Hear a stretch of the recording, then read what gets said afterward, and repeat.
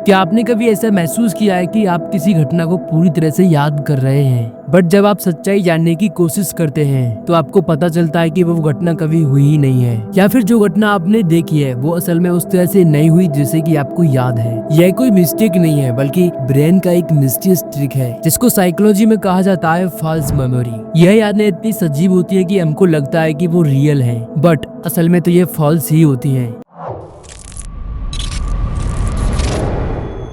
False memory वो है जो आपके माइंड ने बनाई है, बट अगर इनको रियलिटी में देखा जाए तो ये कभी नहीं हुई। ये आपके माइंड के अंदर मौजूद प्रोसेस एंड एक्सटर्नल एनवायरनमेंट का कारण होता है। ऐसी मेमोरी हमारे माइंड के अंदर इतनी डीपली बनती है कि इनमें सच और झूठ का फर्क करना बहुत ही मुश्किल हो जाता है। जैसे कि आपसे कोई पूछे कि वो ब्लू वॉलेट कैसा था, तो आपका ब्रेन अपने आप ही मान लेगा कि ब्लू वॉलेट था, भले ही ऐसा ना हो। वे ऑफ क्वेश्चनिंग यानी कि सवाल पूछने का तरीका ही आपके ब्रेन में नई मेमोरीज क्रिएट करता है।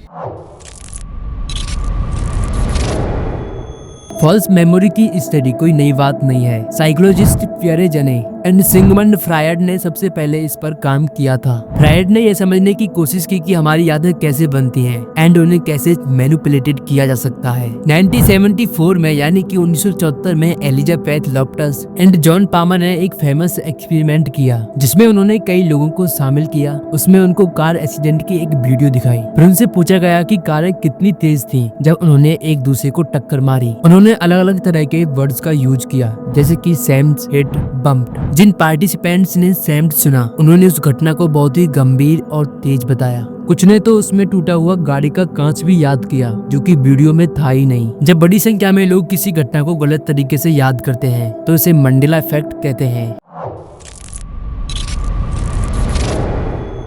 जैसे कि बहुत लोग सोचते हैं कि बैरनस्टाइन बियर्स को बैरनस्टीन बियर लिखा गया था and no I am your father को लोग Luke I am your father याद करते हैं। ट्रॉमा जो कि झूठी यादों की रिस्क को बढ़ा सकता है। जिन लोगों ने बचपन में कोई भी पेनफुल एक्सपीरियंस झेला हो उनके लिए अपनी यादों को सटीक रखना कठिन हो सकता है। नींद की कमी हमारे मस्तिष्क की मेमोरी रिटेंशन एबिलिटी को कमजोर करती है। जिन लोगों को पूरी नींद नहीं मिलती वे झूठी यादों के प्रति संवेदनशील होते हैं। आई विटनेस डाउट्स एलिजाबेथ लॉफ्टस ने दिखाया कि विटनेस की यादें कितनी आसानी से बदली जा सकती हैं। गलत गवाही किसी निर्दोष व्यक्ति को सजा दिला सकती है।